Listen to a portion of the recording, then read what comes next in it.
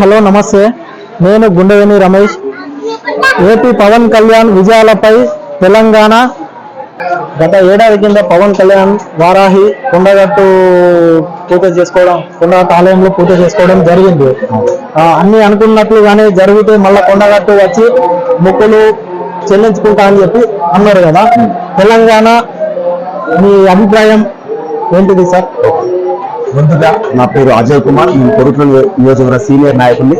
ఇక్కడికి రావడానికి కారణం ఏంటంటే భారీ మెజారిటీతో పవన్ కళ్యాణ్ గారు గెలిపించిన ఆంధ్రప్రదేశ్ ప్రజలకు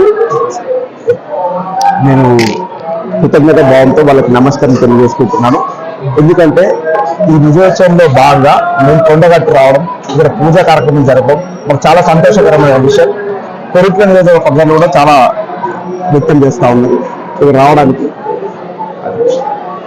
ఇప్పుడు కొండగట్టు వారాయి పూజ జరిగి ఇక్కడ సంవత్సరం అవుతుంది. ఈ హనుమంతుడి అనుగ్రహంతో, బలంతో ఆయన విజయం కూడా రావడం జరిగింది. విజయం కూడా రావడం జరిగింది. అలా భారతదేశం గర్వపడే విధంగా ఆయన ఎన్ని సీట్లు తక్కువ ఇచ్చినా కూడా గెలుపొందడం కూడా జరిగింది. అది మీ అందరు కూడా తెలిసి ఆయన ఒక తుఫాను అని కూడా మోదీ గారు కూడా చెప్పారు. దీని విషయం పవన్ కళ్యాణ్ కూడా కొండగట్టు అంజన్న చాలా సెంటిమెంట్. వేరే వల్ల సార్ ఆయన అంటే ఇంటి కులదైవము. యాక్చువల్లీ ఆయన అంటే చాలా ఆయన అనుకున్న పనులు జరగడం కానీ ప్రతి ఒక్కరికి కూడా హనుమంతుని నమ్ముకుంటే ఎవరు కూడా తెలిసింది మీకు అందరికీ. హనుమంతుని నమ్ముకుంటే బలం ఎంత శక్తి ఉంటుందనేది దాని ప్రభావమే ఇది.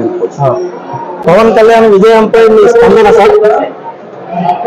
పవన్ కళ్యాణ్ అని ఒక వ్యక్తి ఏదైతే మామూలుగా సార్ గురించి చెప్పాలంటే ఒక 15 సంవత్సరాల నుంచి తనను తానుగా చెప్పుకున్న శిల్పం లాగా మారింది. అంటే ఈరోజు ఎన్ని కష్టాలు వచ్చినా, ఎంతమంది ఎన్ని అంటే ఏమేమి చేసినా కానీ ఈరోజు తనలో ఎన్ని కష్టాలున్నా, ఎన్ని బాధలున్నా తనలో తన తన శిల్పాన్ని చెప్పుకొని ఈరోజు తన తీసుకున్న నిర్ణయం పైన అంటే చాలా మటుకు ఏం జరుగుతుందంటే జనాల్లో ఒక నెగిటివ్ ఎలా ఉంటుందంటే కూటమి వద్దు అనే దానిని ఎన్ని ఒత్తిళ్లు చేసినా కానీ తన కూటమి నిలబెట్టుకోవడానికి తనను తగ్గించుకొని ఈరోజు మన రాష్ట్రంలో చంద్రబాబు నాయుడు కానీ, ఆంధ్రప్రదేశ్లో విధంగా దేశంలో ప్రధాని నరేంద్ర మోడీ కానీ నిలబెట్టింది అంటే కారణము బ్యాక్ బోన్ అనుకోవచ్చు. అంటే అంత పెద్ద గొప్ప విజయాన్ని దేశానికి, మన రాష్ట్రానికి అందించిన పవన్ కళ్యాణ్ గురించి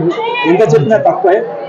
దట్టు ఇంకో కొన్ని విషయాలు చిన్న ఎగ్జాంపుల్ ద్వారా తీసుకోవాలంటే, మనము అసెంబ్లీ అని ఏదైతే ఉందో ఒక దేవాలయం, ఇప్పుడు మనం ఈ గుడిలోకి వస్తాము.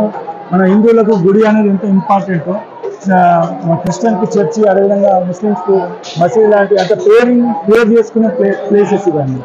ఈ ప్లేసెస్ లో ఏం చేస్తామంటే మనం ఒక కనిపించని దైవాన్ని నమ్మి మనము మనకు ఏదో బాధలు ఉన్నాయి, కష్టాలు ఉన్నాయి, పోగొట్టుకోవాలనే మనము ప్రేర్ చేస్తుంటాము. అలాంటి అసెంబ్లీ అనే దేవాలయం నేను ఎందుకు అంటున్నానంటే, కనిపించని దేవుణ్ణి మనం నమ్మి కోరికలు కోరినప్పుడు కనిపించి మనకు మన బాధల్ని తీర్చే నాయకులే ప్రజాస్వామ్యంలో ఈ అసెంబ్లీ గుడిలోకి వెళ్ళడం జరుగుతుంది.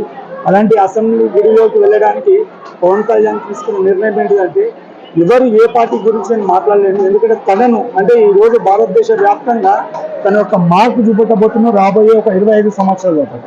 కాబట్టి తనను తాను ఒక 15 సంవత్సరాల నుంచి చెప్పుకున్న శిల్పంలాగా మారి, అంటే ఒక శిల్పాన్ని చెక్కాలంటే ఒక రౌతును తీసుకొని, మనం ఒక బండరాయిని తీసుకొని మనం ఎన్ని సాన దెబ్బలు కానీ, ఎన్ని చిత్త దెబ్బలు కానీ, ఎన్ని రబ్బింగ్ అంటే షేనింగ్ గురించి చేస్తూ ఉంటాము. అవన్నిటి చేసుకొని ఈరోజు ఒక అసెంబ్లీ అనే దేవాలయంలో ఒక భగవంతునిలాగా ప్రజలకు సేవ చేయడానికి వచ్చిన ఒక నిజమైన ప్రజానాయకుడే పవన్ కళ్యాణ్ సార్. దాని గురించి ఎంత చెప్పినా తక్కువే. నేను తన గురించి చెప్పాలంటే ఒక రోజంతా చెప్పగలుగుతాను. కాకపోతే ఈరోజు ఇది ఒక చాలా గొప్ప విజయము. ఇది మన ఆంధ్రప్రదేశ్ ప్రజలు మేలుకొని ఒక మంచి అవకాశాన్ని మన జనసేన పార్టీకి, అదేవిధంగా టీడీపీ పార్టీకి, కూటమి బీజేపీ పార్టీకి, మోడీకి ఇవ్వడం జరుగుతుంది. ఈ 5 సంవత్సరాల లోపల భారతదేశ వ్యాప్తంగా అదేవిధంగా మన ఆంధ్రప్రదేశ్ రాష్ట్రం పరంగా కూడా చాలా అభివృద్ధి చెందాలి. రాబోయే 5 నుంచి 10 సంవత్సరాల లోపల జనసేన పార్టీ యొక్క పవర్ ఏంటిదో మన తెలంగాణలో చూపించబోతున్నాము. అది సార్ మన తెలంగాణ కూడా పవన్ సార్ వస్తాడా? వస్తాడు, ఖచ్చితంగా వస్తాడు. వచ్చే అసెంబ్లీ ఎలక్షన్ లో తెలంగాణ వ్యాప్తంగా ప్రతి ఒక్క నియోజకవర్గంలో జనసేన పార్టీ యొక్క ప్రభావం చూపిస్తాము. అదేవిధంగా 2034లో ఎందుకంటే మార్పు అనేది చెందుతుంది. మనకు బయట దేశాల్లో అంటే ఇప్పుడు ఏదైతే ఉందో ఓటుకు ఎప్పుడైతే మనం అమ్ముడుపోతామో అలాంటి రాజకీయాల నుంచి మనం బయటకు రావాలంటే ఓన్లీ పవన్ కళ్యాణ్ తోటి అవుతుంది. అంటే ఇప్పటి వరకు దేశవ్యాప్తంగా ఉండే నాయకులలో ఒక డబ్బు ఖర్చు పెట్టకుండా తనకంటూ ఒక మార్పును చూపిస్తున్న గొప్ప నాయకుడే పవన్ కళ్యాణ్. ఈ రోజు ఇంకొక 5-10 సంవత్సరాల లోపల తెలంగాణలో చాలా విస్తరంగా మనకు ఈ జనసేన పార్టీ విస్తరించబోతుంది. 100% మేము చేసి చూపిస్తాము. ఇది ఈ కొండగట్టు అంజన సాక్షిగా మేము మీకు అంటే తెలంగాణ జనసేన పార్టీ నుంచి మా యొక్క హామీ. మొక్కులు చెల్లించుకుంటారా సార్? వస్తాడు నాకుండే సమాచారం ప్రకారము వితిన్ అంటే ఒక 1 or 2 months లో పాటు మళ్ళీ తన ప్రమాణ స్వీకారము ప్రభుత్వంలో అన్ని అయిపోయిన తర్వాత ఖచ్చితంగా కొండగట్టు అంజనను దర్శనం చేసుకుంటాడు. మళ్ళీ ఇదే విధంగా మొక్కులు చెల్లించుకుంటాడు. మన తెలంగాణగా మన జనసేన పార్టీ యొక్క ప్రభావం అనేది ముందు చూడబోతున్నారు. Thank you sir. నమస్కారం. పవన్ కళ్యాణ్ ఏపీలో ఏ పదవి తీసుకునే అభిప్రాయం? మా అభిప్రాయం, మా జన సైనికుల అభిప్రాయం, ఆంధ్ర కావచ్చు మరి తెలంగాణ కావచ్చు, మాకు డిప్యూటీ సీఎం అయితే మాకు కొద్దిగా బలం ఉంటుంది, జన సైనికులకు కూడా ఒక బలం ఉంటుంది అనే ఒక ఆలోచనతోటి మేమందరం కూడా 2 రాష్ట్రాల జన సైనికులం దూరమైన అందరం కూడా డిప్యూటీ సీఎం అయితేనే బాగుంటుందని కోరుకుంటున్నాం. నమస్తే అండి.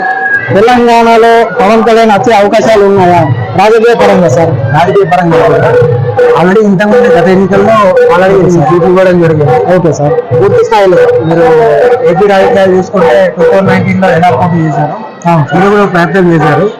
నెక్స్ట్ పూర్తిగా అక్కడ ఇలాగా పూర్తి 100% స్ట్రైక్ రేట్ కొట్టారో సేమ్ ఇక్కడ కూడా అదే జరుగుతుంది. అందుకు తగ్గట్టు ప్రణాళికలు ఆల్రెడీ రచించడం జరిగింది. కొండగట్టుకు అన్న మీకు తెలిసింది, ఎప్పుడైనా ఏ క్షణమైనా ఇక్కడికి రావచ్చు. కొండగట్టుకు సార్? కొండగట్టుకు కూడా. కొండగట్టుకు ఎవరెవరు వస్తారు సార్ కొండగట్టుకు? పవన్ కళ్యాణ్ అన్న కుమారుడు ఇష్టమైన దైవం. ఫ్యామిలీ గురించి మాకు అన్న గురించి మాట్లాడుతున్నాను. అన్న వారికి మాత్రం ఖచ్చితంగా వస్తారు. ఖచ్చితంగా మళ్ళీ కొండగట్టు దర్శనం చేసుకుంటున్నారు. Thank you.